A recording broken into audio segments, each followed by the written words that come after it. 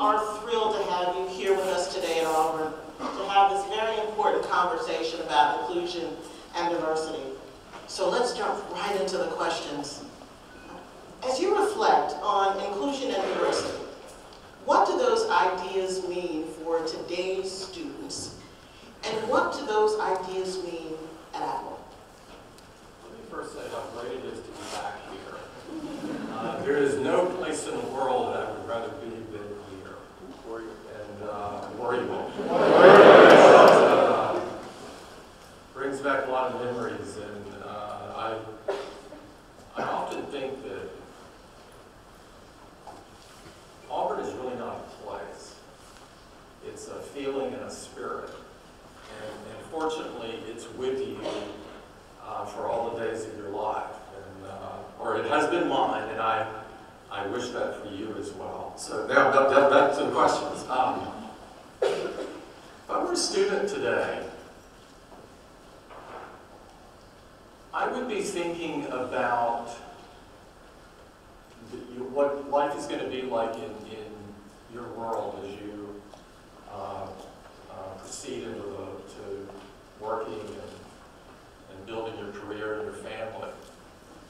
And the reality of that is that the world is much more intertwined today, I mean, much more so than it was when I was coming out of school.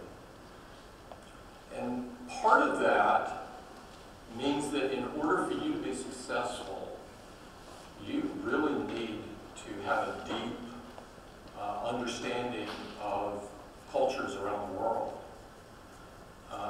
The U.S. has 350 million people or so. India has over 1 million. China has well over 1 million. There's a lot of people in other countries around the world. And you're likely going to work in a company where you're not only going to work with people from other countries, but you're going to serve customers and users from all these countries. And so having perspectives and not only understanding, but sort of trying to see things from their lens. There's a number of you that are foreign students in here today, and you probably have a good feeling for what I'm talking about, but everybody doesn't have a Western view of the world. Everybody doesn't have a Southern view of the world. And I have learned to not just appreciate this, but celebrate it. And the thing that makes the world so interesting is our differences, not our similarities. And so I would be thinking about that if I were you. I would also, and this is more of an opinion now, but you can feel free to cast aside. You may not agree with this, but my own perspective is that each generation has the responsibility to enlarge the definition of human rights. Each of us has that responsibility.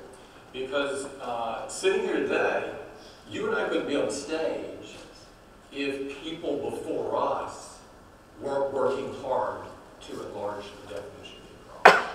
And several of you in the audience wouldn't be in the audience. And so I feel a tremendous responsibility personally to really reflect on what I can do to help enlarge the definition of human rights. Now, from an Apple point of view, all of those things apply. But the other thing that applies is that we believe that you can only create a great product with a diverse team, that you do much better work with a diverse team. And I'm talking about the large definition of diversity, which is, Apple's products. What are the reasons why I hope you think they work really great? Is that the people working on them are not only engineers and computer scientists, but artists and musicians.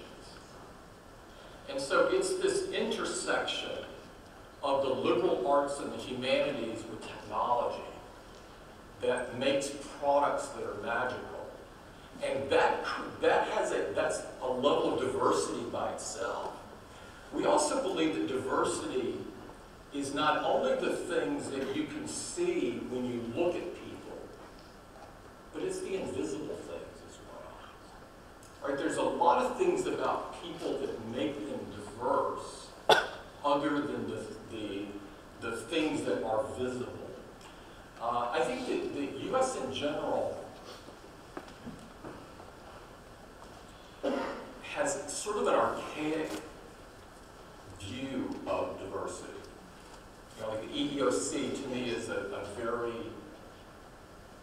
old view of diversity. Let me give you an example of this. If you go to most kind of forms that you fill out to check what you are, Caucasian, African American, etc., you get to a block on there and it says Asian. And this is a very old Western view of the world. Because if you've ever met somebody from Japan that grew up in Japan, and then you met someone from Korea, and then you met someone from China, you would think it was very bizarre that the U.S. thought of all of those as one. I mean, it's very, very different. And so we try to so we don't follow the roadmap of the traditional view. We take a very broad view of diversity, and we really seek diversity of thought, diversity of life experience, because it's these things that really that create the best products. Yes. The second question sort of dovetails the first. Yeah. From your view as CEO, how do those benefits of diversity sort of play out every day at Apple? Yeah, and it really goes back to create a lot better products. You have, if you're in marketing and your role is to advertise, you can imagine if your advertising team was homogenous, what the ad might be like. And I don't mean just the demographics that are in the ad, but how it speaks to people. You really need people from different lenses to work on that, or you wind up really falling flat. You see examples of that sort of every day where you can tell, I can tell by looking at something about the team that created it. And so it's 1,000 things. It's not only product, it's advertising, it's even things like what your sources of supply. What is your lens on the world? We have tens of millions of application developers around the world that work in our ecosystem. And these folks, this is like the UN of people, really, because you can be an entrepreneur from your basement and sell to the world. It's an unbelievable thing. And sort of providing tools for those folks and encouragement for those folks, you really need to understand the lens that they see the world under. And so I think this is an incredibly important topic, regardless of what field that you're in, and frankly, regardless of where you choose to do your work. You don't need to leave the United States or leave Alabama or leave Auburn for diversity and inclusion to be incredibly important to your future success. Can you talk with us a little bit about American free speech and individual and organizational responsibility regarding uncivil and harmful speech? Yeah,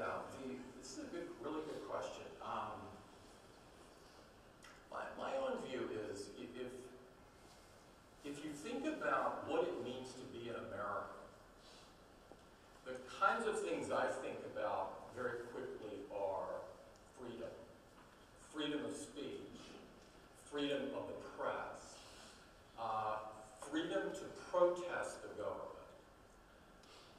freedom of religion. You think of these are inherently American things, right? It's the ability to decide your course and to put all of your weight into deciding, which direction that you're going. And so my own perspective is those civil liberties are so important to be an American that as Americans, we should take the widest possible aperture on what they are. Now, does freedom of speech have a limit? Of course, if somebody stood up and yelled, "Fire!" This is not a good example of free speech, right? There is a inherent some limitation. But I think we have to be as citizens, we should take the broadest possible definition. And that means allowing a lot of things that we don't like, that we don't agree with. And in some ways, I think all of us owe it to ourselves to listen to it. Because we need to challenge our own thinking and allow for the possibility that we're wrong on something. That our view is not correct and that we should change our view. And so I know on campuses, on some campuses, there's this tension between conservative and liberal. And I would encourage students everywhere to,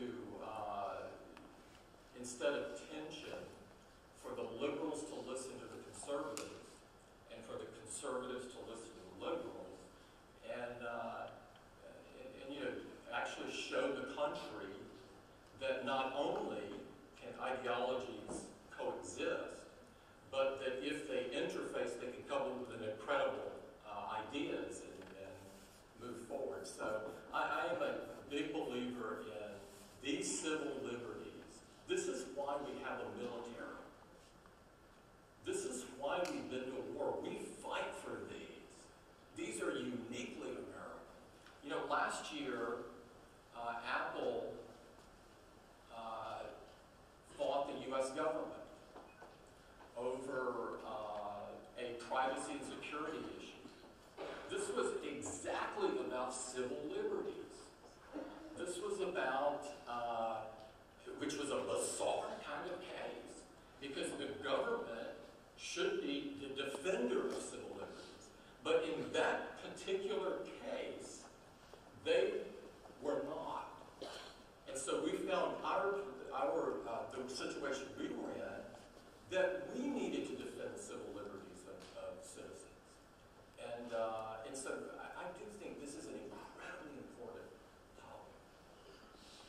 Talk to us a bit, particularly for today's students, the importance of cultural competence, a global mindset, and a spirit of adventure.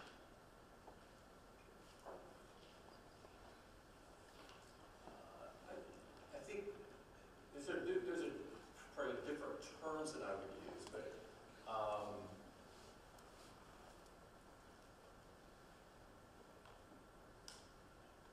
I think having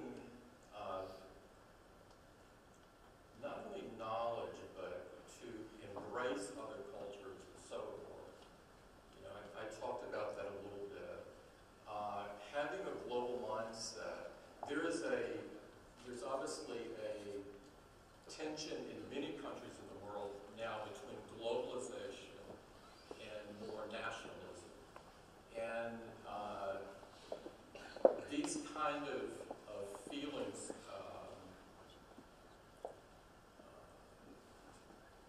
are probably growing right now to a level that it's been a while since I've seen in my lifetime. And the truth is that globalization has helped a lot of people, but it's also hurt people. And I think what we have to do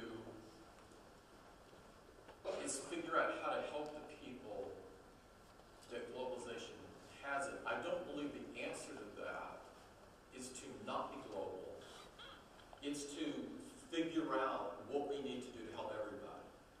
And so I think from a student point of view, it's very important to have a global mindset. You know, if you're I mentioned developers earlier, but I visited some developers in Germany a few weeks ago, and women entrepreneurs had started a company right out of college. They met in their dorm environment, and they were really into cooking and decided to start a whole company based on cooking and training people to cook. They told me they got started and they thought people in Germany might like what they were doing. And within 2 weeks, they were selling to 40 different countries in the world. And all of a sudden, the vast majority of their business, guess what? It was outside of Germany. And so what did they have to do quickly? They had to start thinking about, what do those users want? Because just like the South has its unique food, Germany has its unique food, but everybody else has their unique food. And so you have to understand, that's a sort of a simple example. But there are so many others like that whether you're in a small startup like that, to a company like Apple or many other companies, the likelihood is strong that the vast majority of the sales of the company that you're going to work for are going to be from other countries. That doesn't mean you're not successful here. It just means there's a lot more people in those other countries in the aggregate, right? And so I think having a global mindset on things is to your advantage. And I would encourage everybody to really think through that. In terms of the spirit of adventure, if you're like me, you will always prefer home. It's the feeling I get when I come here. But that doesn't mean that I don't love other places and that I don't, love going to understand how the Italians live and how the Japanese live and how the Chinese live and how the Israelis live and on and on. I could go through every country in the world, I suppose. Because it's really, there are great people. It's a fabulous, you live at the best time ever in the history of the world. You are at it. You may not feel like it all the time, but it really is. And sort of getting out and understanding the other countries and having the mindset, not, they don't look like me, they don't think like me, they don't do this like me, but being curious, being intellectually curious about how other people look at things, do things, what their daily lives are like. This is incredibly important. What is your role as a CEO, and certainly a CEO of your stature, in providing leadership to the major global challenges that exist in the world? Challenges like hunger, and challenges like disease. I think, business went through a period of time where, and I'm not saying that everybody's out of this today, but most businesses went through a course where they felt like their jobs were profits, that their job was to make money, and that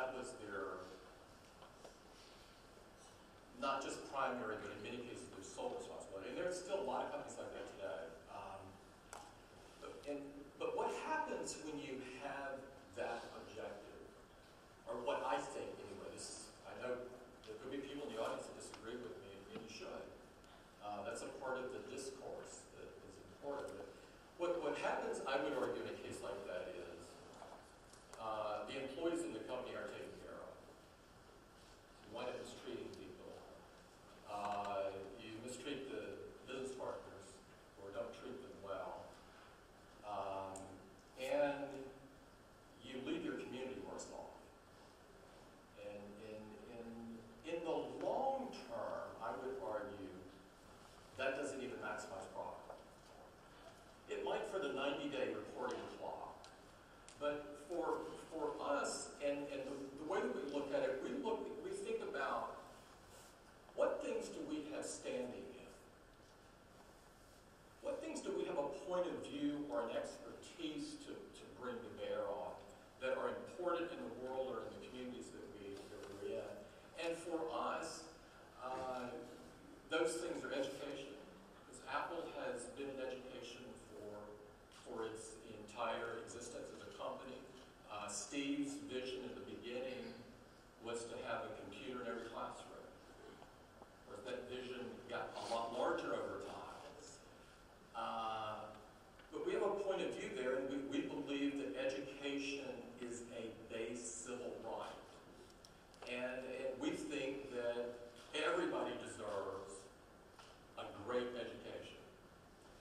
And the biggest problem that the world faces now is that doesn't happen.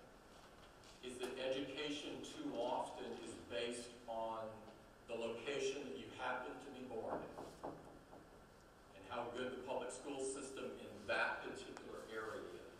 And so we're out trying to help underserved schools and underprivileged kids in this regard. We also care deeply about the environment.